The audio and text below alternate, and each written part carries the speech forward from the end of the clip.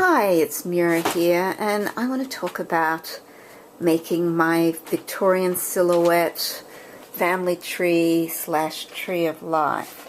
And this is non-traditional because the tree of life is, I'm sorry, you can tell I've got a bad cold, my apologies. This is non-traditional in that usually a Victorian silhouette is cut all in one piece. And while most of this is, I did go back and add some other elements, and some is even faked, such as, here's me handsome hubby guy, and that's just drawn on, it's not cut. If you have the skill to cut it, that's way better.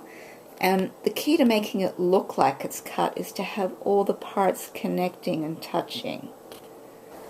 The tree of life appears in many different cultures throughout time, and it symbolizes the interconnectedness of all life.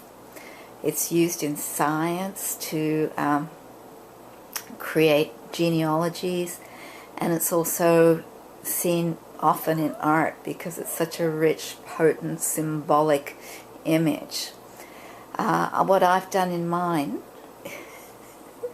and you can see my cats have zero respect, but what I've done in mine is I'm combining both a tree of life with a family tree.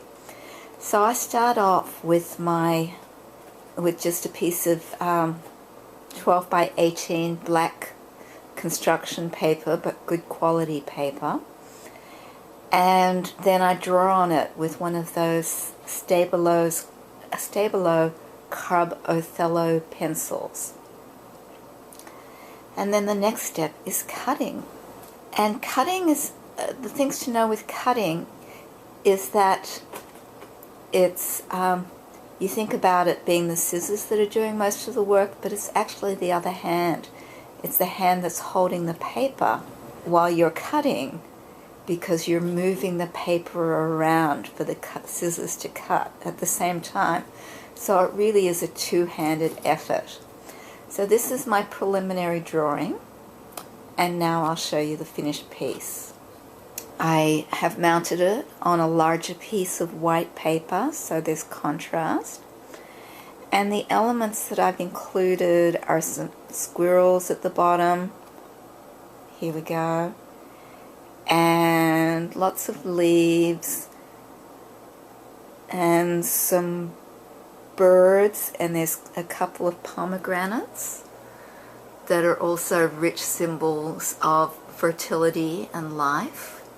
So if you look closely, you'll see that some of the pieces have become unglued, and that's because I used glue stick, which is rarely a good idea.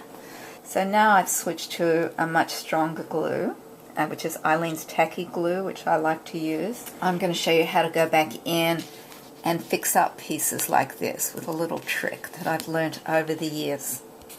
So here it is. I've just torn a piece of paper, and what I'm going to do is I'm going to put my glue on that, and I'm going to slide it underneath. So unfortunately we're near the bottom of this, so it's harder to get it out. It's a little globular.